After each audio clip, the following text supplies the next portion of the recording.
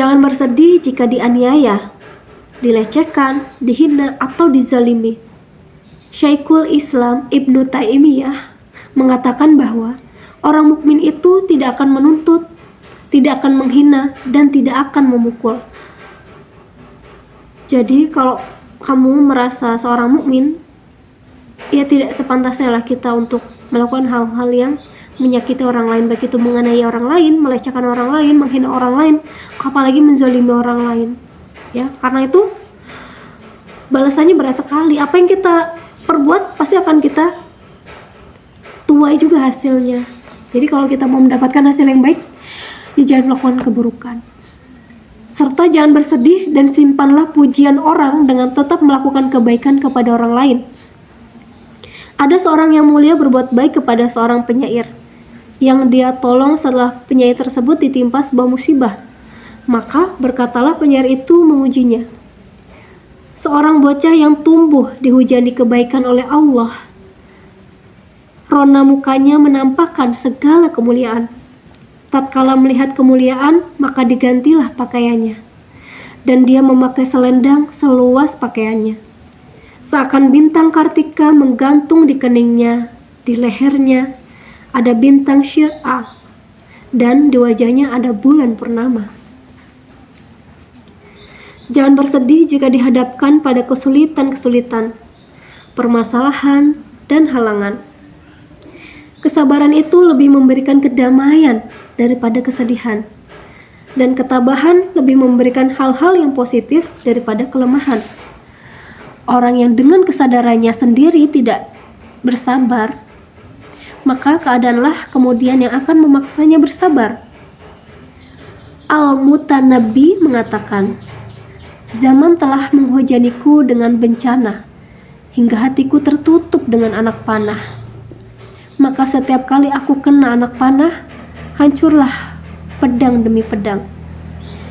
Hiduplah aku, dan aku tidak lagi peduli dengan semua musibah, sebab aku tidak mengambil apapun dari minatku. Abul Muzaffar Abyurdi berkata, zaman mengecamku dan ia tak tahu bahwa aku menjaga diri. Dan bagiku peristiwa zaman tak membebani. Zaman memperlihatkan bagaimana melakukan ancamannya. Begitu juga aku menampakkan kesabaranku bagaimana dia adanya.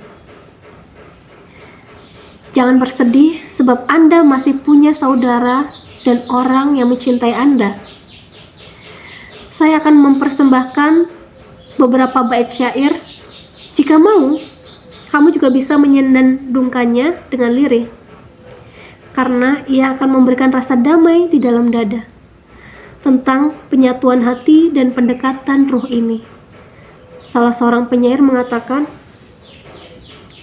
kami singgah di tempat Kaisiyah Yamania yang memiliki garis nasab dengan orang-orang solih pilihan. Dengan mengulurkan tabir di antara kita, ia berkata, mau kemana atau siapa kedua lelaki yang bersamamu itu? Saya katakan padanya, temanku ini berasal dari kaum Tamim, sedangkan keluarganya berasal dari Yaman. Dua sahabat yang jauh yang disatukan oleh zaman. Kadang orang yang berbeda bisa menyatu akrab. Teman adalah hiburan dalam kesedihan ataupun kesenangan. Salah seorang di antara mereka mengatakan, seandainya bukan karena bisikan jahat, niscaya saya tidak akan berbaur dengan manusia. Teman-teman akrab pada hari itu sebagian menjadi musuh bagi sebagian yang lain, kecuali orang-orang yang bertakwa. Quran Surat Az-Zuhruf ayat 67. Jangan bersedih jika ada orang yang merintangi dan menyikapi Anda dengan wajah masam. Sufyan Ats-Tsauri mengeluarkan beberapa bait puisi. Engkau tak harus membuka pintu untuk meminta.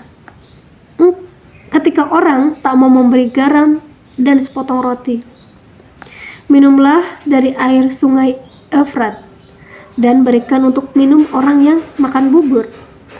Bersendawalah mengikuti mereka, seakan engkau ikut berebut kue-kue mereka.